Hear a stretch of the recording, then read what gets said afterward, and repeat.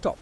Just for a moment. Before we begin, I want you to do one simple thing. Become aware of your feet. Where are they right now? Are they flat on the floor, crossed, tucked under your chair? Don't change anything. Just notice. This small act of awareness is the key to understanding one of the most overlooked secrets of human interaction. You've been in that conversation, the one where the words are right, the smile seems genuine, but some deep, quiet alarm is ringing inside you. Your friend says they're fine, but you feel a chasm between you.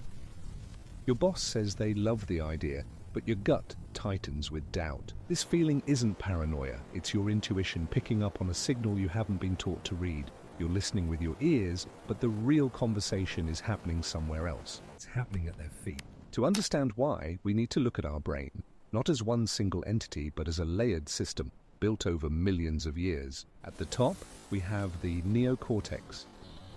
This is our thinking brain. It's responsible for language, logic, and conscious thought. It's also an expert liar. From a very young age, we learn to control our face. Smile for the camera. Don't look angry. Put on a brave face.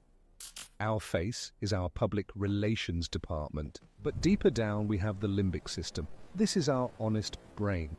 It's the ancient emotional core that manages our survival instincts, our fight, flight, or freeze responses. The limbic brain doesn't use words, it communicates through the body, and it has a very hard time lying. When there's a conflict between what we want to project, neocortex, and what we truly feel, limbic system, the truth leaks out. And where does this leakage most often appear?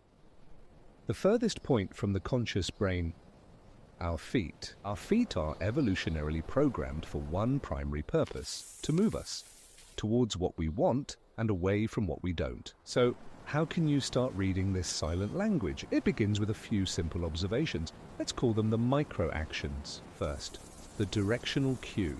This is the most fundamental signal.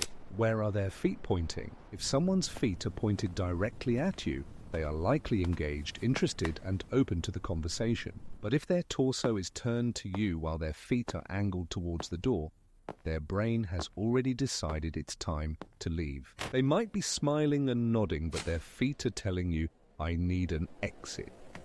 This is a signal of disinterest or a desire to escape. Second, the gravity defiers. Watch for feet that seem to fight gravity, bouncing on the balls of their feet, tapping a toe or lifting a heel. These are often called happy feet. They signal genuine excitement, eagerness, or a rush of positive emotion. Think of a child about to get a present. When someone hears good news or is genuinely thrilled about an idea, their feet will often lift or bounce. It's the body's way of saying, yes, more. Third, the anchor and the freeze. This is the opposite of happy feet. It's when the feet suddenly stop moving. Look for feet locking at the ankles, being pulled back tightly under the chair, or standing rigidly still after being in motion.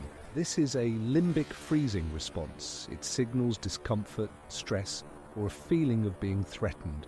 The person feels insecure and is literally trying to make themselves a smaller target. If you see this, it's a cue that the current topic is a source of anxiety for them, no matter what their face is showing. Fourth, the pacifying shuffle. This is a constant, low-level movement, shifting weight from foot to foot, or a gentle, repetitive shuffling. This isn't the energetic bounce of happy feet. It's the body's attempt to burn off nervous energy. It's a self-soothing gesture like rocking back and forth. It can signal impatience, anxiety, or that the person is feeling pressured to make a decision. They are literally uncomfortable in their own shoes. So you have the four basic cues: direction, gravity-defying, freezing, and shuffling. But a single gesture in isolation means very little. This brings us to the most powerful insight of all. The secret isn't just in what the feet are doing, but in the change. You need to establish a baseline. When a conversation starts, just casually notice how the person is standing or sitting. What is their normal state? Then pay attention to the moment their feet change position. That change is almost always linked to whatever was just said or done. Imagine you're discussing a project with a colleague. Their feet are relaxed, pointed towards you.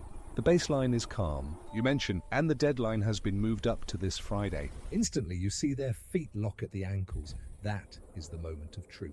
Their mouth might say, well, no problem, we can do it. But their limbic brain is screaming, I feel threatened and stressed by this news. This isn't about calling them a liar, it's about understanding. It's an invitation to empathy. Now you can respond with awareness. You can say, I know this is a tight turnaround. What resources do you need to make this feel manageable? You're no longer just reacting to their words, you're responding to their reality. The conversation just became 10 times more effective and compassionate. Start practicing this in low-stakes situations, watching people in a coffee shop, observing your family during a casual conversation. Don't try to be a mind reader, just be a quiet observer. Notice the patterns, notice the changes. You will start to see the hidden currents of emotion that flow beneath the surface of every interaction. The unspoken anxieties, the secret excitements, the silent hesitations. This skill isn't a tool for manipulation, it's a tool for connection. It allows you to offer reassurance before someone asks for it, to celebrate their silent joy, to give space when you sense discomfort. In a world obsessed with carefully crafted faces and perfectly worded messages, the truth isn't hiding. It's just waiting patiently to be noticed. So the next time you talk to someone, let your gaze soften, listen to their words, but watch their feet.